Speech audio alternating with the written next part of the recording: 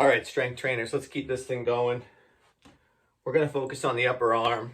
I got 2 videos coming your way. I'm going to start with one video on biceps. Okay, triceps will come next.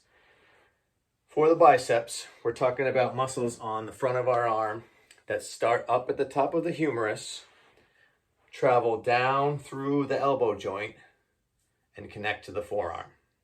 Okay, so they start here, travel through the elbow, and connect here. And as they contract, all right, remember those muscle fibers pull, all right, they pull and the forearm comes up. So I'm flexing my elbow, also known as curling. So again, starting up here, traveling here, coming up here and connecting to the forearm, pulling on that forearm. All right, it has nothing to do with the hand. It's all about just shortening that elbow joint, okay? Flexing the elbow. Now, in order to train the train the biceps, we have to do curls, okay? I can use one hand at a time. I can use barbells. I can use cables. I'm going to use dumbbells. I can do it standing, sitting. All right, there's a lot of different ways to train the biceps, but one of the main things you need to focus on when you're training your biceps is your grip. All right, I'm going to talk about 2 main things. The first one is your grip. All right. As you turn your grip, you emphasize different parts of the muscle, okay?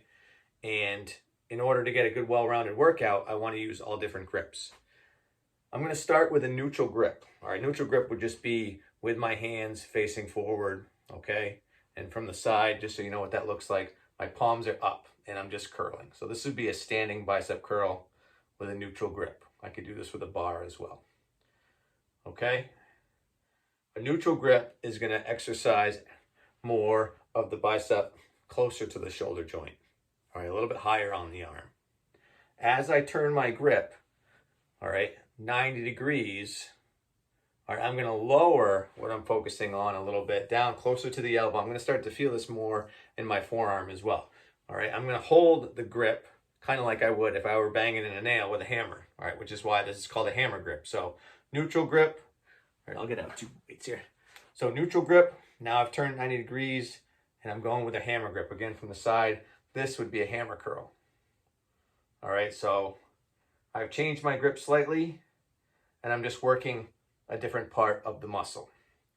All right, and the last grip would just be flipping it all the way around from a neutral grip past a hammer grip into a reverse grip. All right, so now my palms are down and I'm doing a reverse curl. All right, again, from the side, reverse curl, palms down.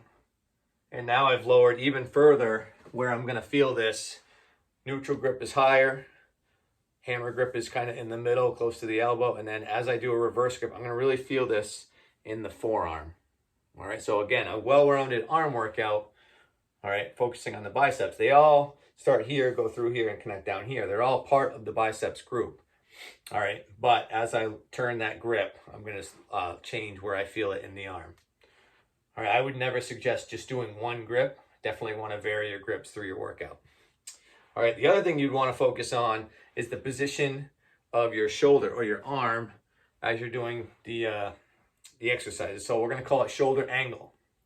All right, and shoulder angle is basically how my arm, all right, rotates as I am curling. So am I curling from here, which is the regular standing bicep curl? All right, are my elbows behind my body and I'm curling? Are my elbows in front of my body and I'm curling? Well, I can't really do this or this when I'm standing. All right, so you might use a bench. All right, you might see a different variety, whether it's with bars or cables or dumbbells. But by changing the angle of my shoulder, I can change the most difficult part. All right, I can stretch the muscle or I can relax the muscle in different ways. So first thing I'll talk about is if my shoulders flex back and my arm's behind my body. So if I had a nice inclined bench, maybe 45 degrees, you'll see them everywhere at the gym. All right, if I were leaning back like so, I could drop the weight down. So now my arm is behind my body. And as I curl up, the hardest part of this exercise would be right here at the beginning. As the elbow starts to come forward, all right, this would be the most difficult point right here. All right, so you can see my arm is making an angle that's higher than 90 degrees. So the hardest part is the beginning. All right, as I come up and finish my curl, all right, this is easy. I could do this all day because I'm not necessarily going against the gravity. All right, so if I'm leaning back and my shoulders back, or my arm is behind me, the hardest part is going to be the beginning.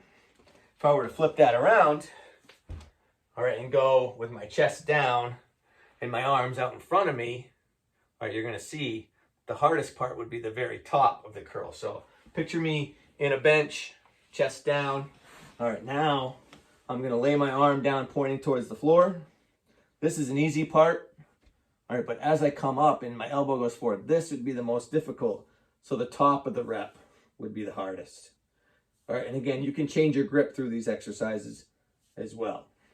All right, so 2 major things to focus on when you're training your biceps is your grip, all right, the 3 different positions, and shoulder angle, okay? If you were to train your biceps, all right, or as you're doing your Google document, you're training your biceps, think of 3 different exercises to strengthen the biceps. All right, look those up, do a little research, write those in your document. Triceps coming your way next.